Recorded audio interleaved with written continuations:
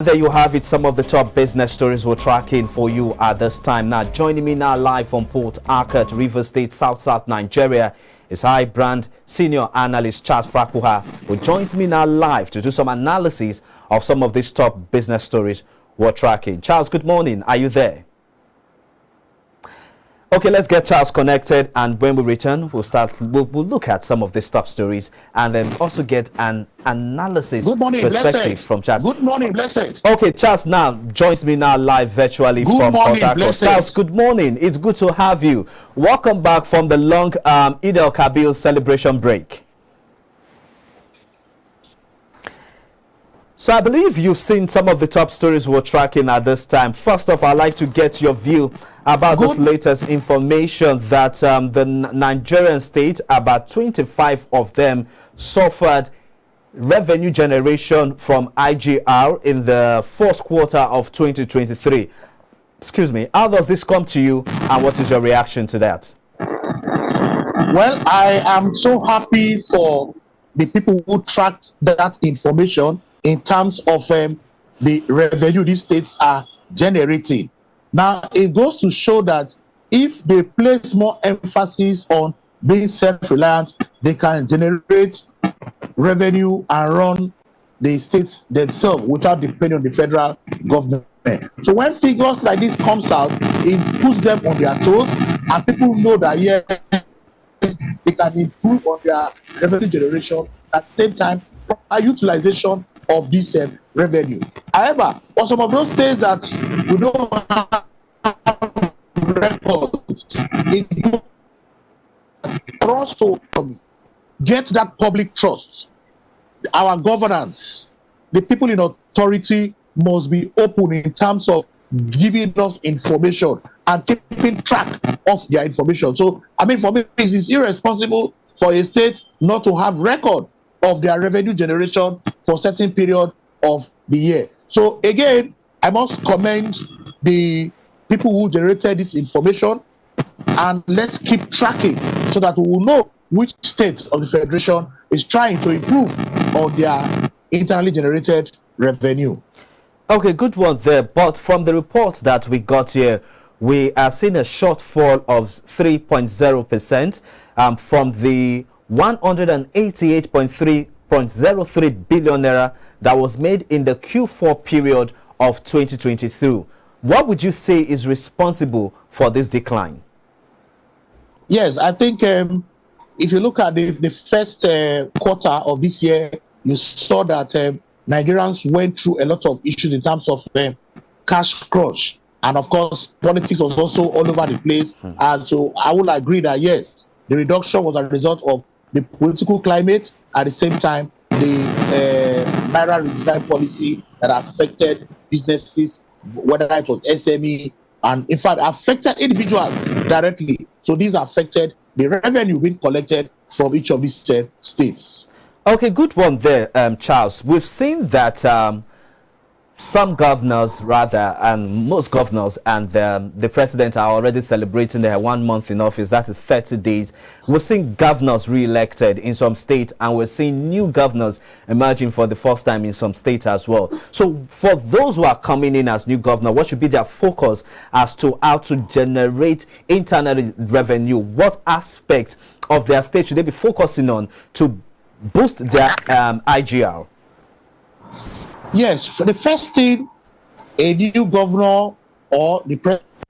Okay, the network is trying to play fast one on us, but then again, we got you covered. iBrand analyst Charles Frakuha, who joins me live from Port Harcourt, is trying to do some analysis of some of the top stories that we're tracking at this hour. Looking at Nigeria. Okay, go ahead with your submission. So that when there is trust deficit is low, so that you pay this amount of money. If we have not seen what you have done before in the past, those kind of levies, it will be difficult for the citizens to buy into it. So what the new government or new state governors or the one that were elected should do now, earn the trust of Nigerians. Now, how do you generate your internally generated revenue? How do you improve your IGRO? One, prevent leakages. I keep saying it. Leakages is key. Before you now begin to exploit other areas, if you can block leakages, that is more important then you can begin to look at other areas. Yes, get your economic team, look at the resources that you have, go through the local government and see where they have some natural resources that can be exploited without endangering the environment and the lives of people in that community, and see how this can become economically viable. Partner with experts. They don't even need to come from your state. Partner with experts and look at. In fact, I believe that in the federation, in the 36 states, we all have one resource or the other that, if well exploited, can benefit the average person in that state. But most importantly, the governors should earn the trust of their citizens before they can think of increasing their internally generated revenue. Good submission there, Charles, but for the want of time, we'll flip now to the next story. The World Bank has come out to say Nigeria's inflationary pressure or inflationary trend will hit 25% in 2023 as a result of fuel subsidy removal. With the figures we're seeing now, Nigerians are crying that the prices of food commodities is skyrocketing on a daily basis, and with nothing being done to cushion that effect. If we'll have a 25% increase in inflation figure, what ripple effect will this have on the economy, one, and then the standard of living in the country, which is currently deteriorating? Yes, thank you. For the ripple effect you have on the economy, we're already seeing it. So we don't even need to get to that 25%. We're already seeing some of the ripple effects in the economy. You are seeing even some state governors telling their workers, you can come to work 3 times a week. We have seen people cutting down on their movement. We have seen quality of life, going down. Because people that used to buy 5 or 10 liters of petrol, they've now reduced it. And you're now saying that people are cutting down on so many expenses, and it's affecting the quality of life of this individual. Sorry, what's your second question? Okay, so I'm looking at the ripple effect on the economy and also the standard of living in the country, which, like I said, is already deteriorating.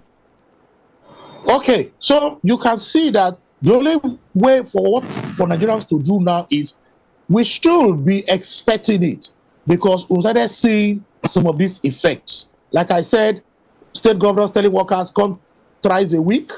We have seen people that used to purchase certain amount of, and we are seeing a lot of things affecting the quality of lives. Again, I will always say we just have to continue to be resilient. But for this to work very well, the government has to show that leadership. And I will keep saying it. Not a government, a president that will come back from a trip and we're having a convoy of over 100 vehicles. That does not show any good example in terms of tightening of our belt. Because all these things we are seeing now is we are telling Nigerians, tighten your belt so that in the short run we'll suffer, in the long run things will be better off. So all these inflation figures, prices of food items going up, these are realities that the common man is facing. How does he cope with it? Of course, he has to continue to cope with it. Again, people should also try to begin to live by their budget. Reduce your budget, reduce your expenses, your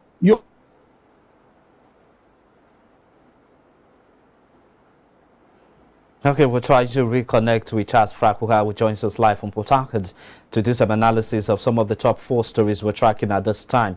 Charles so far said that Nigerians need to brace up for hard try time. to see your needs to ensure that you are able to provide for it. Of course, with our belts and be resilient in these hard times.